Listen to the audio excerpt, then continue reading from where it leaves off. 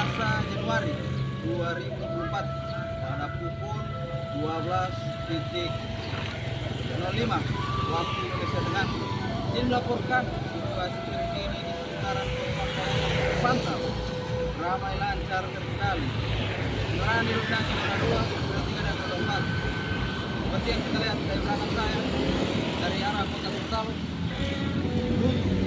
Kabupaten Bogor masih terpantau ramai lancar. Jadi kami mengharapkan dan menghimbau para pengguna jalan agar selalu menaati aturan lalu lintas dan menjaga keselamatan saat berkendara. Demikian yang dapat saya laporkan dari Pos Pampau.